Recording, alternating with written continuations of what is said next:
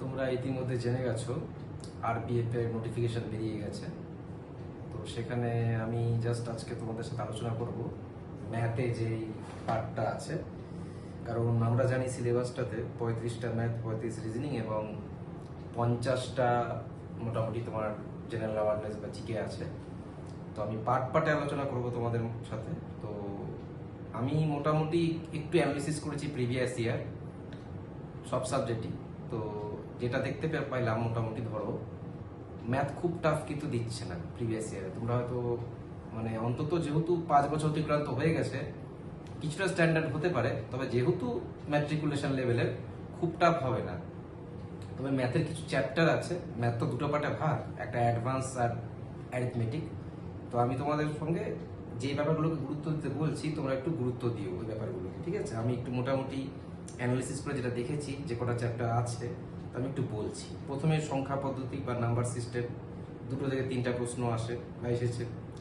সরল, দশমিক, ভগ্নাংশ, লসাগু গসাগু, অনুপাত সমানুপাত, পার্সেন্টেজ, লাভ ক্ষতি, প্রফিট অ্যান্ড লস, ডিসকাউন্ট, 1-2, এগুলো প্রত্যেকটাই 2-3টে করে প্রশ্ন এসেছে, ঠিক আছে? তারপর যে ধরি হচ্ছে সিম্পল ইন্টারেস্ট, 1টা থেকে 2টো, খুব বেশি থাকে না। কম্পাউন্ডেও 1-2, তবে অ্যাভারেজে দেখা গেছে প্রিভিয়াস ইয়ারে 3-4টা প্রশ্ন থাকছে। এজ থেকে 1টা মেবি, টাইম অ্যান্ড ওয়ার্কও 1টা ধরো, টাইম ডিস্টেন্স 2টো ধরে রাখো, ট্রেনও প্রায় 2টো। ডিআই বা ডেটা ইন্টারপ্রিটেশন যেটা আছে ওটা আমরা আরপিএফ পরীক্ষায় আসে মোটামুটি 2-3টা এসেছে। মেনসুরেশন এসেছে, মানে যেটাকে পরিমিতি বলি, 3-4টে ধরো এসেছে প্রিভিয়াস দেখা গেছে। আর আদার্স যেগুলো এক্সাম যেগুলো হয় বা আদার্স এক্সামে যেগুলো দিয়ে থাকে, মানে বলতে পারি যেটাকে আমরা মিসলেনিয়াস যে ম্যাথগুলো সেগুলো এসেছে 1-2 করে এসেছে। এই গেল হচ্ছে। এবার তারপরে কি এইগুলো যেগুলো আমি বললাম এগুলোকে একটু গুরুত্ব তোমাদের দিতে হবে।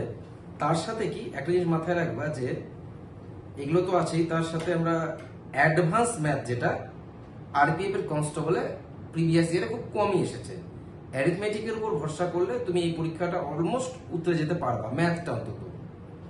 আর আমি আরেকটা কথা বলছি, যে যাই বলুক এটা মাথায় রাখবা, 50 নম্বরে অনেকেই হয়তো অনেকে ইউটিউব চ্যানেলে তোমাদেরকে বলবে, ওটা আমি মনে করি মিসগাইড করা, যে বেশি জেনারেল স্টাডিজ এর উপর গুরুত্ব দিবে।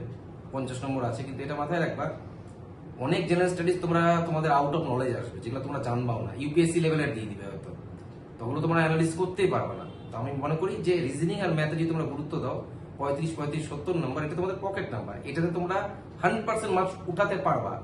কিন্তু যদি জেনারেল স্টাডিজকে বেশি গুরুত্ব দাও, যতই পড়াশোনা করে নাও, এরকম দেখা যায়নি কেউ 50-50 পেয়ে গেছে, হয়তো 30 বা 25 এসে থেমে গেছে। তো আমি এটাই বলবো যে ম্যাথ আর রিজনিংটাকে গুরুত্ব দাও। আর অ্যাডভান্স ম্যাথের মধ্যে মেনসুরেশন, এলসিএম, এসসিএফ তো আছেই, ঠিক আছে? তার সাথে মোটামুটি ধরো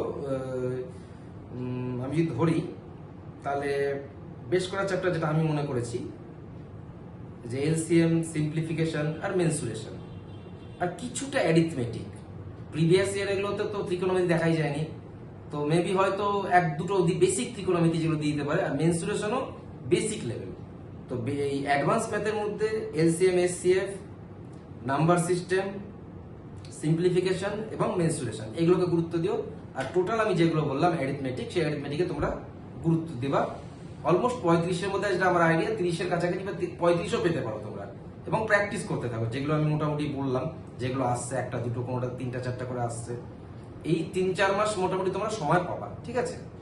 তো এইগুলোকে তোমরা গুরুত্ব দিও। আমি নেক্সট আবার ভিডিও নিয়ে আসবো। আশা করি তোমরা সবাই ভালো থাকবে, প্রিপারেশন নিবা। Thank you.